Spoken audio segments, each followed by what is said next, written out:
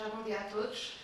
O meu obrigado ao Vítor Duarte, à SIC, ao Plum Graphics, também um agradecimento especial aqui à Teresa Sousa pelo novo convite que me dirigiram. Também um agradecimento ao Nuno Moraes da GoTV, que fez esta sugestão. Espero que não se arrependa no final. Este tema pode parecer muito aborrecido, talvez até seja. Vou tentar mudar a vossa opinião nos próximos 30 minutos. Vou falar sobre televisão digital interativa e sobre novas plataformas. Em termos de agenda, tinha estes 3 pontos para cobrir. Primeiro, falar estes acrónimos, EPG, HDTV, IPTV, ETV. São termos que já começamos a ouvir, são termos com os quais estamos, alguns de nós, mais ou menos familiarizados, mas, no fundo, vou tentar descomplexificar estes diferentes acrónimos que já nos assustam e que, se calhar, vamos continuar a assustar nos próximos tempos. Ou não?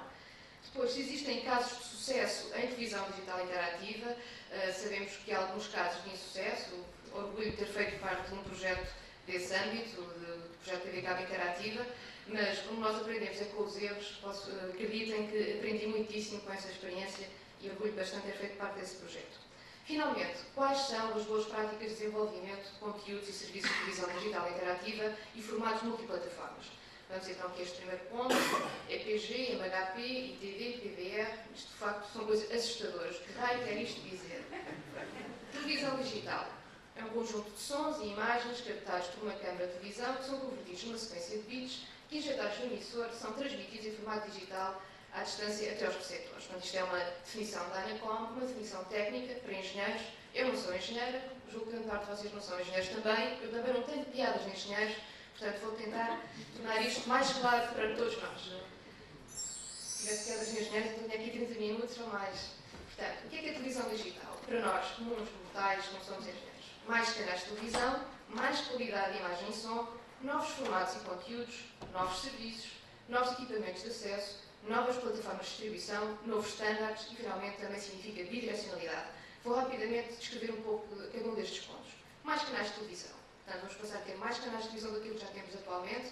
Em termos de canais nacionais, como sabem, temos 4 canais free-to-air. Agora, com a televisão digital terrestre, vamos passar a ter mais canais nacionais, 6, 8, alguns deles em regime gratuito, outros para os quais será necessário subscrever um pacote de televisão digital terrestre ou mesmo depois ter acesso a canais específicos, no caso do PTV. Neste momento é o que temos em termos de canais nacionais. Só que esta pequena timeline para nos situarmos, se nos lembrarmos há 15 anos, tínhamos apenas 2 canais. Tínhamos RTP1, RTP2, depois tivemos a SIC, a TVI e neste momento, aliás, desde 2006, através do operador de IPTV da SONAI, os portugueses, alguns deles, em algumas regiões do país, já têm acesso a cerca de 100 canais de televisão. Portanto, passámos de uma oferta muito restrita há 15 anos, parece que foi há mais tempo, mas no fundo é muito pouco tempo. Tínhamos 2 canais, neste momento, pelo menos parte dos portugueses já têm acesso a 100 canais. Portanto, uma explosão em termos de oferta de canais, explosão essa que vai continuar a existir nos próximos tempos. Portanto, televisão digital também significa mais qualidade de som e imagem. Tínhamos a televisão preto e branco, depois tivemos a cor em analógico, já temos cor em digital, nomeadamente através dos operadores de cabo e de satélite, que já fornecem também televisão digital através destas 2 plataformas de distribuição, e em breve teremos a alta definição, o chamado HDTV. Aqui mais um daqueles esquemas de engenheiros, e só para vos explicar o seguinte: temos o PAL, que já tem uma certa qualidade de imagem, com o HDTV, de certa forma, vamos passar a ter qualidade de imagem de som 4 vezes superior, grosso modo, àquilo que hoje temos em nossas casas. Aqui, só para abrir um bocado o apetite, este é provavelmente o maior televisor plano de HDTV que está a ser comercializado, custa um módico preço de $70.000, mas, atenção, está em saldo, se quiserem podem comprar, está a $100.000, portanto, o vosso cartão de crédito pode ter um bom uso, neste caso, para comprar este fabuloso televisor do Panasonic. Não tenho, acreditem, nenhuma porcentagem neste negócio. Novos formatos e conteúdos. A televisão digital também é desenvolvimento de conteúdos de formatos que não existiam antes. Futebol multicâmaras, provavelmente alguns de vocês tiveram a oportunidade ou de ver uma demonstração ou até mesmo de experimentar em vossas casas, visto que a TV Cabo já o faz já pelo menos desde 2003, se não me engano, portanto, a possibilidade de selecionar diferentes ângulos de cada filmar. Também já existe, mesmo em Portugal, isto é um exemplo do Channel 4 do Big Brother de 2003, a possibilidade de acompanhar um reality show com outros ângulos de câmara ou mesmo com os highlights do dia. é o mosaico que ali vê no canto superior direito. Também concursos interativos sincronizados com direto. Isto é um exemplo muitíssimo curioso de 2000, da Danish Broadcast Corporation, em que as pessoas, era um concurso transmitido em direto, havia um conjunto de 5 perguntas que era colocado quer aos participantes em estúdio, quer às pessoas em casa, e as pessoas em casa, simplesmente através do comando remoto, podiam participar, podiam ganhar prémios. Então, um exemplo belíssimo, um serviço simples, um serviço de valor acrescentado para os utilizadores. E também documentários interativos. Este é o exemplo da BBC, Walking with Beasts, um exemplo muitíssimo curioso, que é um pouco o modelo dos extras de DVD, em complemento ao documentário, ao este Walking with Beasts. Eles também fizeram depois outros documentários, no Walking with Mammals. Os utilizadores, a partir do conforto da sua casa, podiam ver desde o making-of, ouvir, esta parte também é importante, muitas vezes pensamos só na parte do vídeo, ou do texto, ou de elementos de fotografia associados a um programa de televisão, mas eles também fizeram deram um conteúdo muitíssimo curioso, em complemento ao narrador do programa linear, chamemos assim para chamar de algo mais simples. A pessoa podia também optar por ouvir um comentário de um especialista, de um cientista. Portanto, a pessoa podia ter a oportunidade de circular entre estes dois tipos de comentários. Televisão digital também significa novos serviços, o EPG, o Electronic Program Guide, que se calhar alguns de vocês já utilizaram, nomeadamente quem tem uma Powerbox tem este tipo de serviço, ainda muito básico, ainda muito limitado, mas já tem qualquer coisa. Este exemplo é da Sky. A Sky tem cerca de 400 canais de televisão, tem cerca de 300 canais de rádio, portanto tem uma oferta brutal, e se não fosse este tipo de programação eletrónica, seria um autêntico caos para o utilizador em casa, para o espectador em casa, saber-se orientar minimamente nessa imensa oferta de televisão e de rádio que um operador como a Sky já tem. Devemos lá chegar. O vídeo on demand, o VOD, portanto, o vídeo a pedido, a pessoa tem uma lista, seja de documentários, seja de filmes, de concertos, e à hora que quer, seleciona um vídeo de conteúdo, essa lista está disponível. Temos ainda o pay-per-view. Aliás, temos vídeo on demand em Portugal através da Clix TV, temos pay-per-view através da TV Cabo, ou seja, a horas definidas, tipo como se dirigissem a uma sala de cinema, podem aceder a determinado tipo de conteúdos, neste caso têm tido acesso a conteúdos de cinema, ou então descodificar os Playboy TV ou outro canal dentro do género. Não me recordo se é o Vênus, é provável. Não sou grande consumidora, como já perceberam. Ou vamos todos disfarçar. E ainda temos portais de jogos, também um dos serviços mais populares. Isto é um exemplo da GameStar da Sky. É também, em termos de ponto de vista de utilização e das receitas geradas, é um serviço tem tido bastante sucesso. Portanto, é mais um tipo de novo serviço que uma plataforma de televisão digital possibilita aos seus utilizadores finais. Temos também novos equipamentos de acesso, o PVR ou DVR, neste lado do Atlântico chama-se tipicamente o Personal Video Recorder, nos Estados Unidos ou no Canadá é conhecido por DVR, mas estamos a falar do mesmo tipo de equipamento. Trata-se de uma caixa codificadora de televisão digital com disco rígido, portanto, permite-nos, a partir do tal EPG, nós selecionarmos o programa X, Y, Z, tipicamente numa grelha de 7 dias de programação, ou seja, facilita brutalmente toda a parte de seleção e de gravação dos conteúdos de televisão para este dito Personal Video Recorder. Também temos o telemóvel, que hoje também já é um equipamento de acesso à televisão digital, seja portátil, o iPod Video, este número para o equipamento. Nota-se que eu sou fã da marca, mas não troco. Também temos televisão no automóvel, televisão no frigorífico e o meu favorito, televisão no jacuzzi. Novas plataformas de distribuição. Vamos ter em breve, portanto, este ano foi anunciado que será lançado o concurso de televisão digital terrestre. Já temos televisão digital via cabo. Já temos também a DTH, Direct to Home, que significa, portanto, televisão digital satélite, e também temos já em Portugal IPTV. Novos standards, temos standards de televisão analógica com os quais vocês estão perfeitamente familiarizados, o PAL, o NTSC e o SICAM. Vamos passar a ter, e já temos novos standards de televisão digital, o DVB, que é um standard europeu, temos o ATCS, sobretudo nos Estados Unidos e no Canadá, que de certa forma substitui o NTSS, e também temos o sistema de televisão digital no Japão. Os brasileiros fizeram uma adaptação deste mesmo sistema para o seu país. Temos também, e finalmente, bidirecionalidade.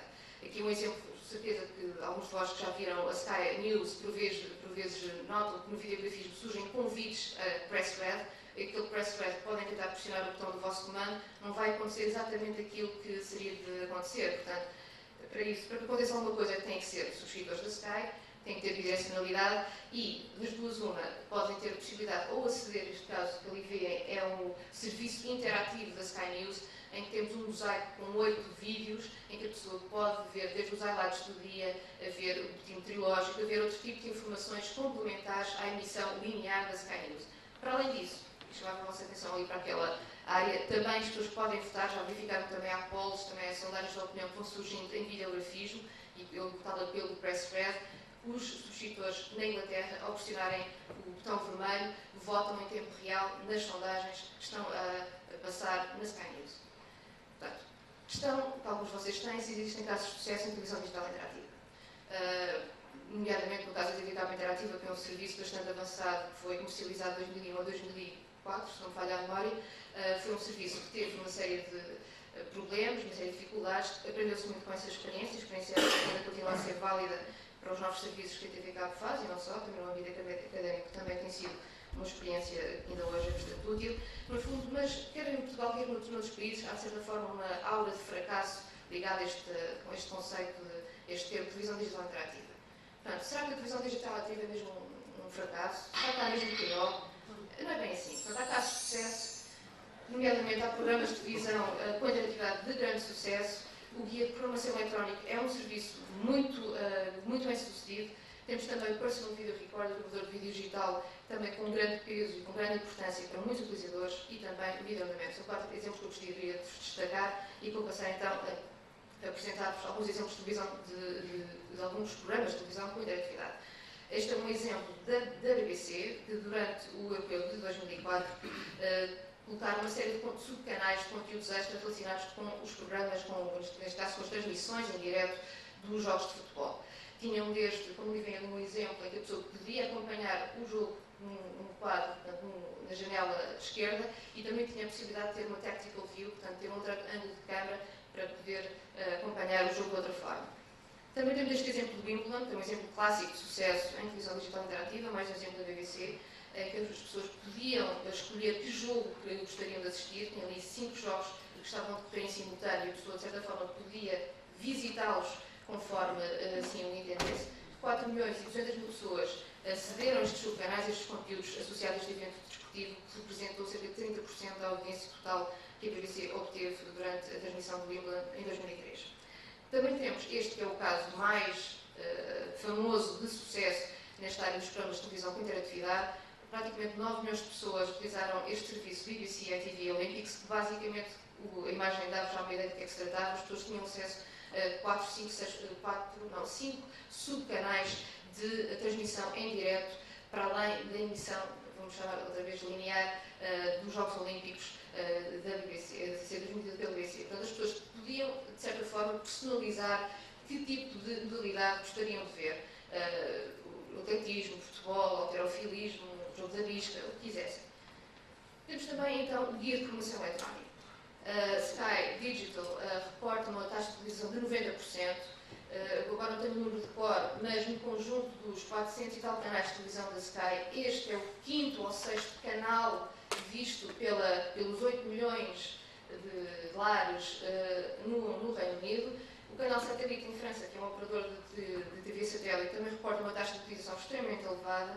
Portanto, num contexto em que continua a aumentar a oferta de canais, os modelos tradicionais de consulta de programação, como o TV Guia, os jornais, começam a ser, de facto, muito limitados para fazer face a esta explosão da oferta de canais de televisão. Nesse sentido, o guia de programação eletrónica torna-se cada vez mais crítico, não só do ponto de vista do operador de Pay TV, que tem que dar a conhecer aos seus clientes que oferta de canais tem, e sobretudo para o cliente final, para nós, para os espectadores, para podermos escolher, dentro desta imensidão de conteúdos, o que é que mais nos interessa ver. Temos também o Personal Video Recorder. Dos 8 milhões de subscritores da Sky Digital, em finais de 2006 já 2 milhões têm este equipamento em casa, e são pessoas muito satisfeitas com este tipo de serviço, com este tipo de equipamento. Portanto, uma vez que o têm em casa, já não querem largar. Nem sempre podemos dizer isso do tipo de equipamentos eletrónicos que temos em casa. Este é um exemplo de ativo, que também é um caso de sucesso, neste caso nos Estados Unidos da América, também com níveis de adição muito fortes, chamamos assim. Temos o Video On Demand. O Video On Demand, vídeo a pedido. O Video On Demand esse que é fornecido para operadores de Pay TV, mas também podemos colocar nesta categoria os canais de televisão na internet, que também já começam a ser abundantes, e também em Portugal, e também o YouTube, que também acaba por ser um fenómeno específico de Video On Demand. É uma tentativa do ano passado, ou mesmo em 2005, a expressão sexo era a que se encontrava no topo das preferências. É interessante perceber como estas coisas estão a mudar e como os portugueses hoje estão a deixar o sexo, estão a passar para o YouTube, não sei, ou então estão a ver sexo no YouTube, não sei, mas aquilo é uma coisa interessante que se está a passar. Last but not least, quais então são as boas práticas de desenvolvimento de conteúdos e serviços de televisão interativa e formatos multiplataformas. E agora, um bocadinho de interatividade, finalmente. Queria perguntar, se vocês quiserem, eu passo a apresentação. Tomam a pílula azul, acabou-se. No entanto, se quiserem que eu continue, tenho aqui mais, deixem ver, tenho mais 15 minutos, portanto, estou no meio da apresentação. Então ficamos todos juntos, eu não me importo. Vamos para a pílula azul ou para a pílula vermelha? Vermelha, pronto. Vamos então falar sobre boas práticas. Em primeiro lugar, conhecer a audiência, o público, os utilizadores, os espectadores, os consumidores. Em segundo lugar, conhecer e aplicar novos métodos de produção e desenvolvimento de conteúdos. E em terceiro lugar, conhecer e experimentar as novas plataformas de distribuição e interação. Agora vamos falar um bocadinho.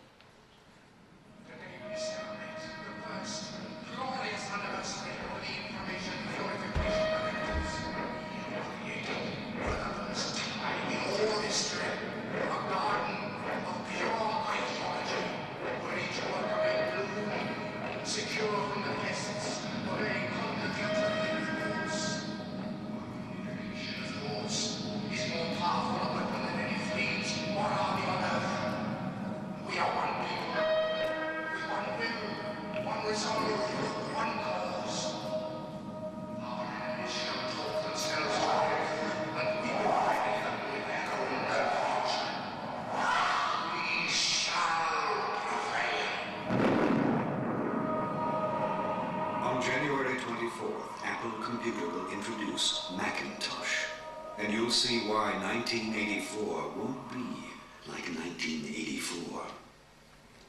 Repararam em alguma coisa estranha neste famoso anúncio da Apple? Repararam qualquer coisa diferente? Exatamente. Isto é a versão 2004 do anúncio 1984 que, de certa forma, marcou o início da era do computador pessoal.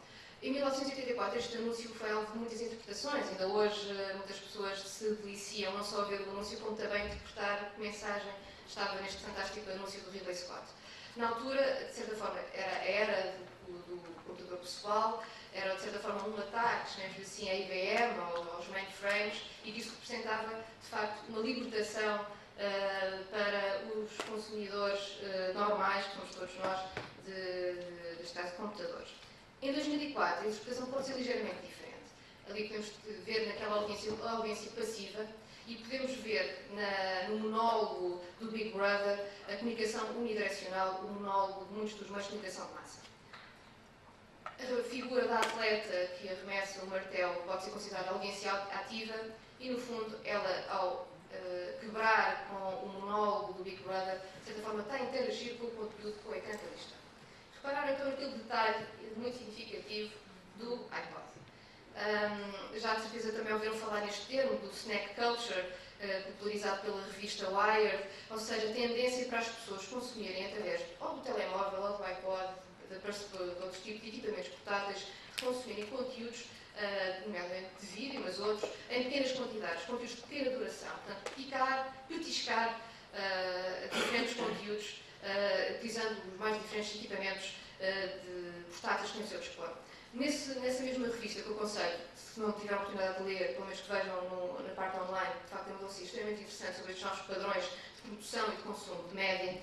Há um artigo também muito bom do Stephen Johnson, que ele fala, bem, isso é verdade, as pessoas estão a consumir os conteúdos de média em pequenas quantidades, ficando aqui e acolá, mas também há uma food meal culture. E este exemplo do Lost é particularmente interessante, acho que todos nós temos um pouco a experiência de que nos últimos anos temos visto séries que são brutalmente complexas. Há pessoas que até se treinam aos fins de semana, fazem os downloads ou compram os DVDs, ficam o fim de semana em casa a ver de revoada todo este tipo de séries. Portanto, se por um lado é verdade que temos esta cultura do cenário, tudo petiscar as coisas pequenas, também temos por outro lado muita gente que pega nestes conteúdos de televisão e também de vídeo e são conteúdos mais exigentes que obrigam a uma atenção muito maior e uma interação também muito maior da parte da sua audiência. Portanto, temos estas duas tendências. Para além disso, também gostaria de chamar a atenção para estas seguintes tendências do consumo e uso de média de tecnologias de informação e comunicação. Multitasking, a opção por consumir e usar média e TIC em simultâneo, mas não só, muitas vezes, dando aqui a minha experiência como estudante do doutoramento, eu fiz alguns estudos etnográficos, fui a casas de famílias, ainda vou continuar a fazer, no sentido de ter uma percepção mais fina do que é que são, no fundo, estes novos padrões de consumo de média. Numa das famílias que eu visitei, um miúdo de 18 anos, tinha dois avós com cerca de 60 e 70 anos, foi curioso ver, e também vi noutras famílias, que a senhora, e outras senhoras também isso aconteceu, não estava propriamente a ver televisão, estavam a fazer crochê, a fazer imagem, e depois, de vez em quando, iam picando o que estava a dar na televisão, portanto, não estavam propriamente a ver televisão, estavam a ouvir enquanto faziam outro tipo de atividades. Portanto, o multitasking pode ter relação com equipamentos, nomeadamente, conhecemos os jovens que têm uma televisão no quarto, ao lado da sua secretária de computador, estão no chat, ou estão a ouvir MP3, ou estão a fazer 31 mil coisas no PC, e estão ainda a ouvir televisão, a picar o que é que está a dar na RTP1, ou na MTV, ou na TVI, ou na SIC, o que queiram. Portanto, temos aqui também um exemplo concreto do multitasking, às vezes até levado à esquizofrenia.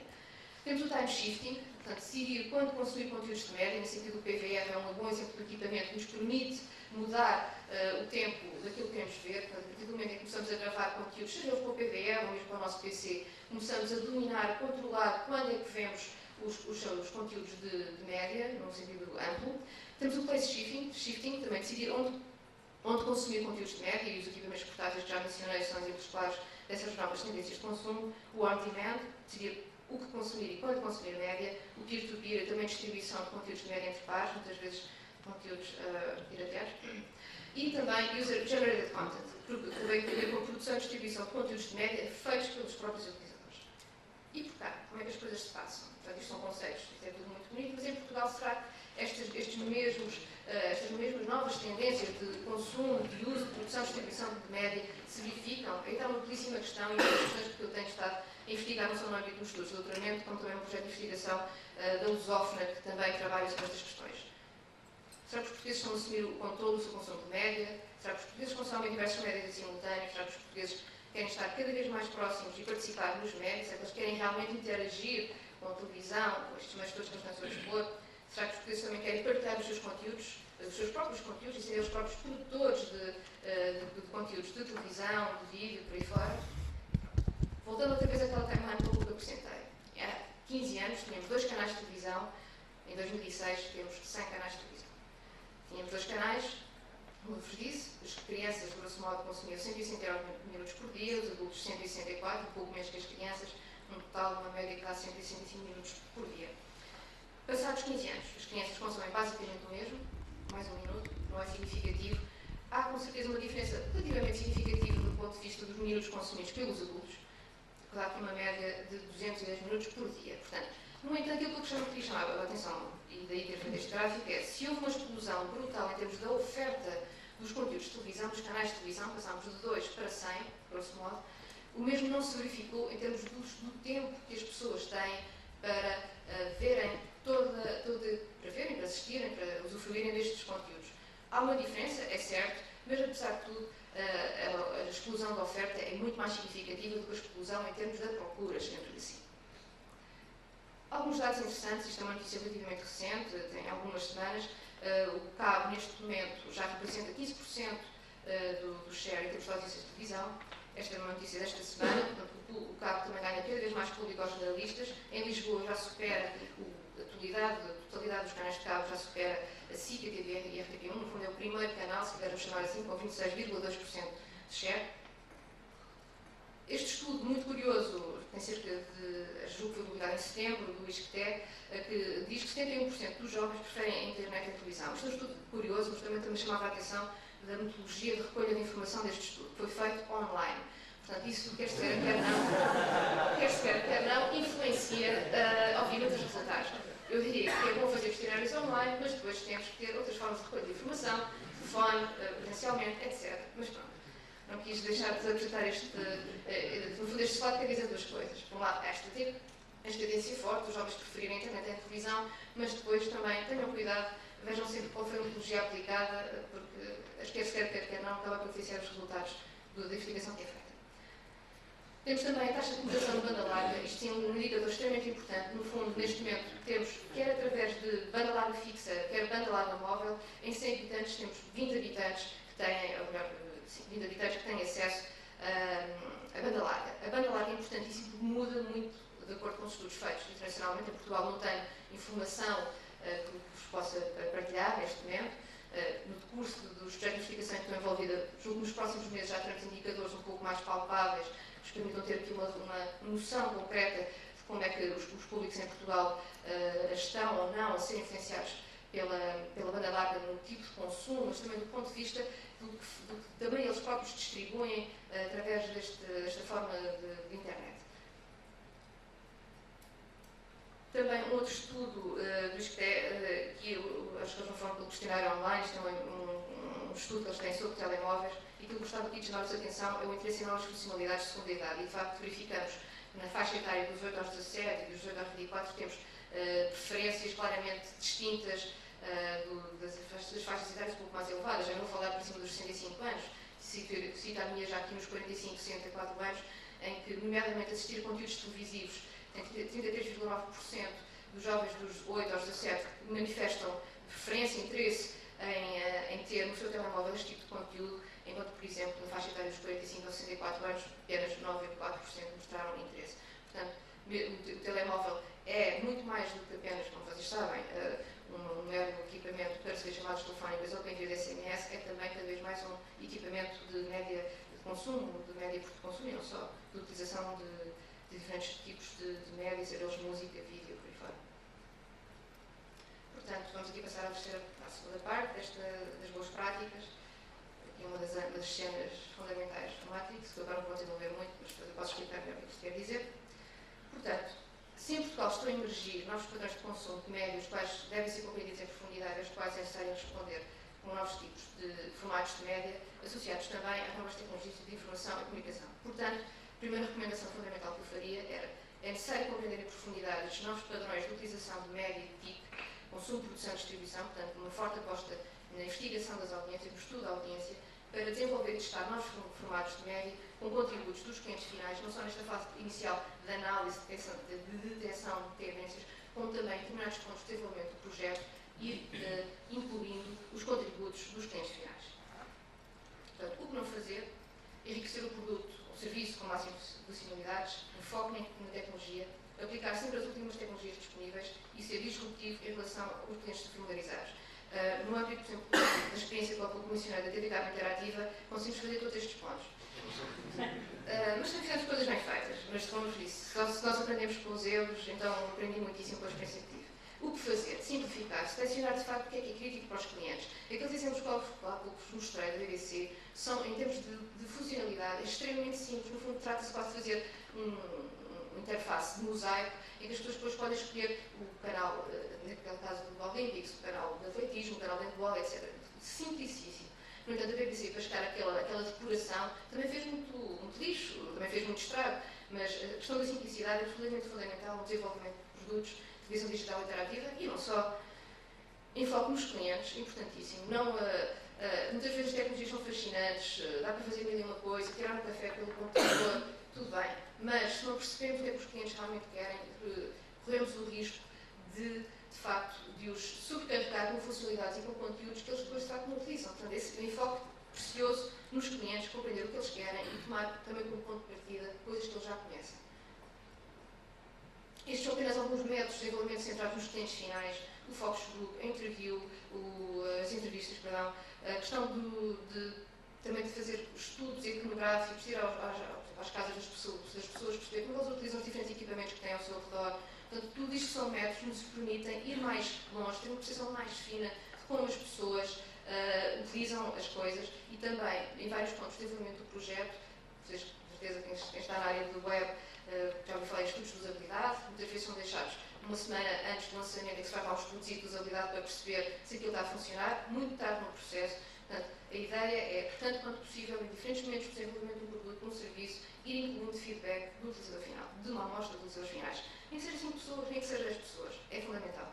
Características que nos acaso de sucesso de televisão digital interativa. Ainda a existência de um grupo suficientemente vasto de clientes finais, de forma a gerar receitas significativas ou tipo benefícios, alinhamento com os comportamentos dos clientes finais, uma proposição de valor clara para os clientes finais, por exemplo, mais uma vez reportando no caso da ABC, ali, proposição de valor para os clientes era poderem personalizar, poderem escolher qual a modalidade que mais lhes der a cara e de acompanhar não a emissão linear da BBC, mas ver exatamente a modalidade que gostariam de acompanhar. Promoção e marketing eficaz também é importante, quer através de anúncios no próprio canal de televisão, mas também que o próprio apresentador faça referência, se você fizer isto, ou dirigindo para o site, para o telemóvel, ou pressionando a tecla vermelha, verde, o que for. Portanto, é importante que em antena seja feita uma promoção e marketing eficaz. Flexibilidade também no desenvolvimento deste tipo de serviços, para que os elementos possam ser retirados e adicionados com relativa facilidade, para que se possa fazer ajustes, mesmo depois do lançamento. Se necessário, envolver parceiros no desenvolvimento dos serviços, isto são áreas relativamente complexas, e também se necessário fazer uso de outros médios de TIC como parte do pacote, ter a partir da internet, ter a partir das comunicações móveis por aí fora, como parte do pacote do serviço que estejam a fazer. O que é Matrix? Gosto do filme, dá para notar. É um filme, isso é outra parte interativa, tem que acertar.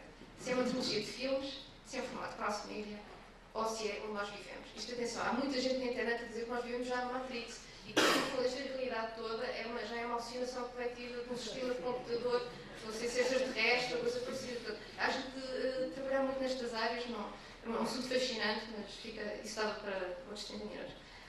Portanto, o Matrix, aqui para os fins desta apresentação, é um formato cross-media, transmídia, multiplataformas, como queiras chamar. Não é só uma trilogia de filmes, é muito mais do que uma trilogia de filmes. São os tais 3 filmes que quase todos nós já vimos, também são livros de banda desenhada, também é o Animatrix, os tais 10 filmes de animação que foram feitos e foram lançados um pouco antes do Matrix número 2. Também CDs, não tem aqui nada de especial, também DVDs, também são videojogos. O que é que o Matrix tem um pouco diferente de outros grandes blockbusters, de outros grandes formatos de cinema e de televisão? O Matrix foi primeiro um filme, em 1999. Depois o Animatrix foi um pouco em termos de aquecimento para os 2 filmes que iam sair em 2003. Surgem então, aproximadamente no primeiro semestre de 2003. Temos então os 2 filmes, e também, na mesma altura em que sai o primeiro filme, o Matrix Reloaded, também sai o Enter the Matrix, o videojogo. O que é curioso verificar é a forma como eles fizeram toda esta... não é um formato multiplataformas típico. Havia, por exemplo, personagens, a Niobe, que é uma personagem relativamente apagada no Matrix Reloaded, é uma personagem fundamental no videojogo. E muitas vezes, só tendo visto o Animatrix, é que se consegue perceber com certas coisas que estão no filme e que estão no videojogo. O que os produtores os realizadores deste formato fizeram, obrigaram a sua audiência a andar tipo maluca à procura de pistas, à procura de referências, para poder usufruir na totalidade deste universo, deste autêntico universo paralelo que eles criaram a partir do conceito do Matrix. Portanto, aqui estamos a falar já de um nível de riqueza, de exigência, em termos de aquilo que a audiência tem que fazer, da forma como eles se relacionam com os conteúdos, vai muito para além de outro tipo de filmes. Em termos de classificações de cross-media, portanto, estes formatos que utilizam vários tipos de meios, vários tipos de tecnologias, de uma forma integrada, mais ou menos integrada.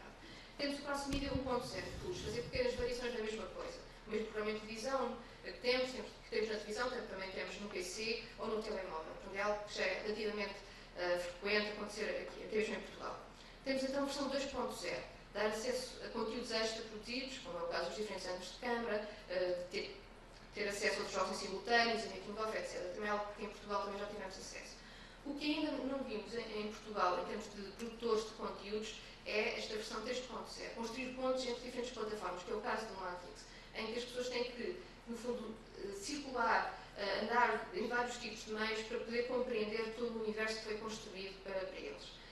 O Matrix também, de certa forma, também já está quase nesta versão 4.0, portanto, já é, de certa forma, um universo imersivo para e também com os contributos dos utilizadores. Aqui, neste caso, os produtores de conteúdos são mais experience designers, construem um universo em que o vão desenvolvem também este próprio formato de colaboração com os utilizadores, em que o contributo final, um pouco à semelhança dos jogos, parte de alguns jogos também obrigam, não, ninguém é obrigado, mas exigem dos seus utilizadores que eles próprios também façam as personagens ou pequenos elementos, pequenas peças desse mesmo videojogo.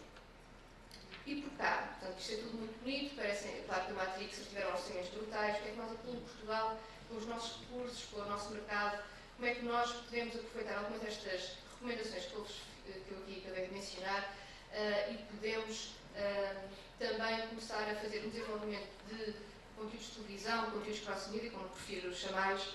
Podemos fazer, apesar de tudo, apesar do mercado não ser o mesmo, apesar dos recursos humanos e financeiros não serem os mesmos, temos, no entanto, que tirar partido deste tipo de lições que o Matrix e outro tipo de formatos nos dão. Mais uma vez, reportando à minha experiência, neste caso como investigadora na lusófona e também como estudante de doutoramento, o trabalho que temos estado a desenvolver, em primeiro lugar, temos de ter feito um grande trabalho em termos de análise de audiências, de estudo de audiências. Neste momento estamos numa fase avançada de um inquérito quantitativo que fizemos de jovens dos 9 aos 18 anos. Temos 2.500 questionários em que perguntámos sobre padrões de utilização de internet, telemóveis e televisão, um inquérito bastante extenso e que nos vai permitir ter uma leitura muito, julgamos nós, já bastante detalhada da forma como os jovens dos 9 aos 18 estão a utilizar estes diferentes meios que têm ao seu dispor. Com base nessa informação, também estudos etnográficos, na casa de algumas famílias, perceber as dinâmicas familiares no consumo, na utilização destes diferentes meios, a televisão, a internet, também, mais uma vez, tendo a parte quantitativa, macro, do inquérito quantitativo e depois a parte mais qualitativa do estudo etnográfico, cruzando estas duas fontes de dados, e mais uma vez temos uma percepção mais fina, mais cuidada, mais detalhada da forma como os portugueses, nesta faixa etária, consomem, produzem, distribuem conteúdos de média.